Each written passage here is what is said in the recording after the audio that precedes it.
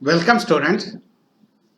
In this video, we discuss the construction of Bragg's X-ray spectrometer and how this device can be used to understand the structure of crystal. This spectrometer is based on Bragg's law. It was devised by Bragg to determine the structure of crystal.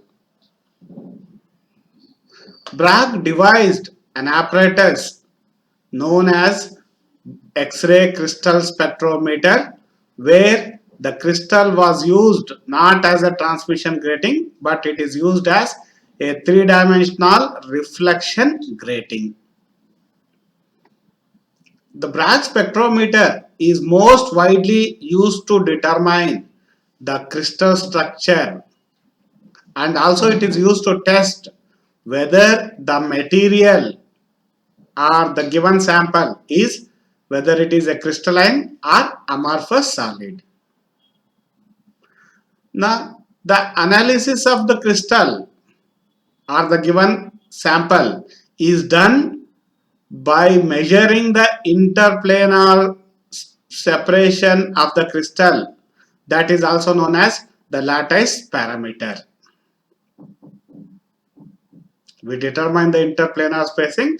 With the knowledge of interplanar spacing, we arrive at the crystal structure, what type of crystal structure it is. Now let us understand the construction of Bragg spectrometer. We already know the working principle. The Bragg spectrometer works on the principle of Bragg's law. Its commercial name is X-ray diffractometer, and the pattern what we get is called as XRD pattern. By analyzing this XRD pattern obtained from this device, we can come to the conclusion regarding the structure of the given sample. The figure shows the schematic diagram of Bragg spectrometer. Any Bragg spectrometer will consist of three main components: X-ray source, a graduated circular table on which the given sample whose structure is to be determined is placed, and an ionization chamber which receives the diffracted X-rays, and it will convert that X-rays into ionization current. With the help of that ionization current, we can plot the graphs. XRD pattern is obtained with the electronic devices, and we can use that plot or the pattern to analyze the crystal. It consists of a source of X-ray which produces X-rays, characteristic X-rays of particular wavelength. These X-rays are made to pass through two slits S1 and S2 such that a fine beam of X-rays are obtained. And this fine beam of X-rays are made to fall on the rotating table on which the given sample is placed. Now, when the X-rays fall at a suitable angle called glancing angle, which satisfies the Bragg's condition, it undergoes Bragg's reflection and it interferes constructively. Here, this table has the provision to rotate. As we go on rotating, we can get X-rays of different X-ray diffraction pattern of different orders. Order n is equal to 1, n is equal to 2. The pattern can be obtained. This diffracted X-rays pass through an ionization chamber. As the X-rays pass through this ionization chamber through the slit S3, the gas inside this chamber gets ionized. That will produce ionization current. That ionization current is read by an electrometer represented here. This is an electrometer which measures the ionization current produced. This is how the device works.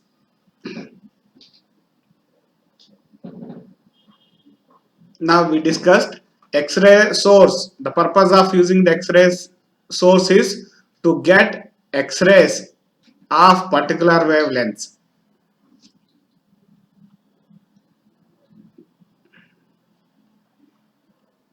Now let us understand how this device, Bragg spectrometer, can be used to determine the structure of crystal. A beam of monochromatic X-rays, as we described already, from an X-ray source were allowed to pass through the slits S1 and S2 so as to obtain a narrow beam, which is then allowed to strike a single crystal C mounted on the rotating table or the turntable. The crystal is rotated by means of this turntable so as to increase the glancing angle at which X-rays incident at the exposed face of the crystal. X-rays are made to fall on the crystal and the turntable is rotated so that the crystal is also rotated. When for a given angle, when the conditions are satisfied, we get maximum ionization current. A photographic plate or an ionization chamber. This is the old method. The modern devices will use ionization chamber is used for measuring the intensities of the reflected X-rays. For taking the observation, glancing angle is varied in small steps and the ionization current is recorded, which is then plotted with glancing angle as shown in the figure. Now observe here, the glancing angle is increased in steps, and for each glancing angle, the ionization current produced by the ionization chamber is recorded. And a plot of ionization current as a function of glancing angle is plotted. We will discuss this graph. The graph indicates an abrupt increase in ionization current. That is, we observe sharp peaks at particular glancing angles for a fixed value of n. These peaks are obtained for those values of n that satisfy the Bragg's equation. We know that for constructive interference, the intensity of the reflected ray is maximum.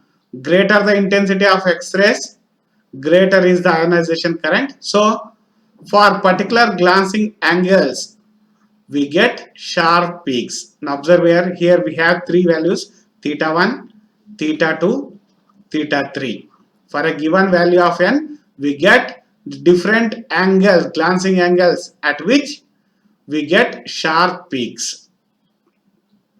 These sharp peaks corresponds to Bragg's reflection, that is the angles for which Bragg's condition is satisfied. Here lambda is missing. 2d sine theta is equal to n lambda. Now this information or the plot is called as XRD pattern, and this is used to understand the crystal structure. Now let us analyze this information.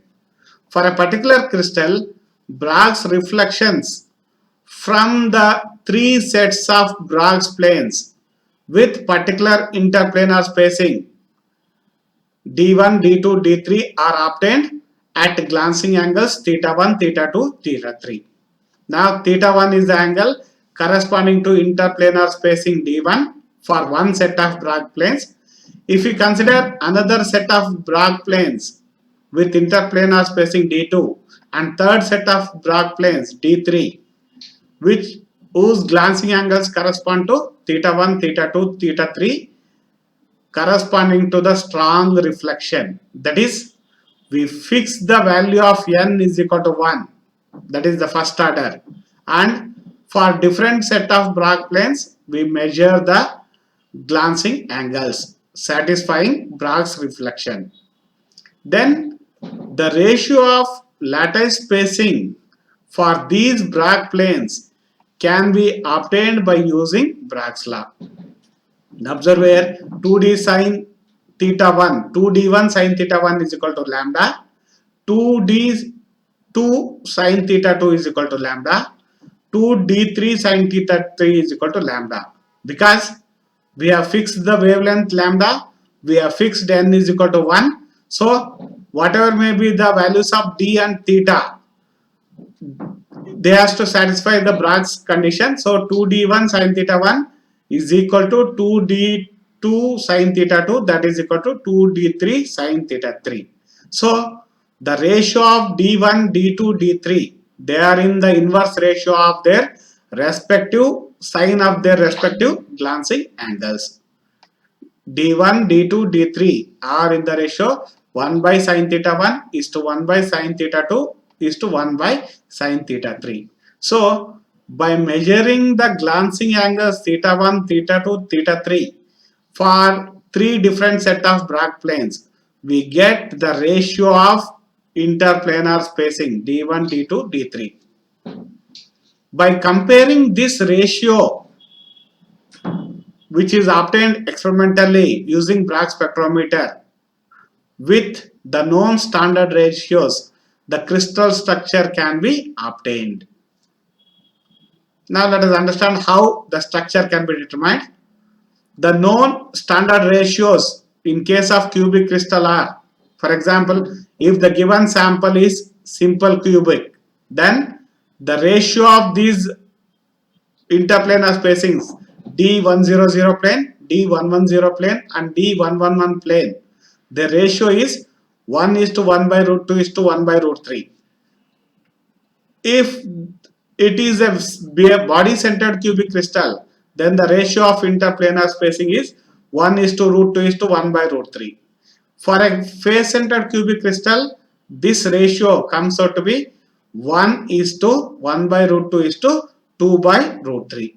So for any crystal, X-ray diffraction using Bragg spectrometer, the interplanar spacing for three different set of planes represented by 100 plane, 110 plane and 111 plane is obtained for the first order reflection n is equal to 1. Then the ratio is calculated. If the ratio matches with the first set, then the conclusion is the crystal is simple cubic. If it satisfies the second condition, it is body centered and so on. If it satisfies third condition, it is FCC. This is how the structure of the crystal can be obtained. Just we are taking the typical example of cubic crystal. We have three types of cubic crystals. Similarly, for other structures, we have different set of ratios. By knowing the standard values, comparing the standard values with the experimental results, we can arrive at the conclusion of the nature of crystal structure. Let us take a typical example of KCl crystal. For KCl crystal, Bragg obtained the strong reflection of X-rays using X-rays of wavelength 0.7 angstroms at glancing angles 5.23 degrees, 7.37 degrees and 9.25 degrees respectively, using three different reflection planes, that is 100, 110 and 111 planes. Therefore, the ratio of interplanar spacing for KCl is D100, D110, D111 is equal to, substituting the values of theta, we get this ratio comes out to be 1 is to 1 by root 2 is to 1 by root 3. Since this ratio matches with the known value, standard value of simple cubic crystal, we can conclude that KCl is a simple cubic crystal. In this way, Bragg spectrometer uses the Bragg's law to analyze the structure of crystal. This is the procedure followed to determine the crystal structure using Bragg spectrometer or Bragg's law.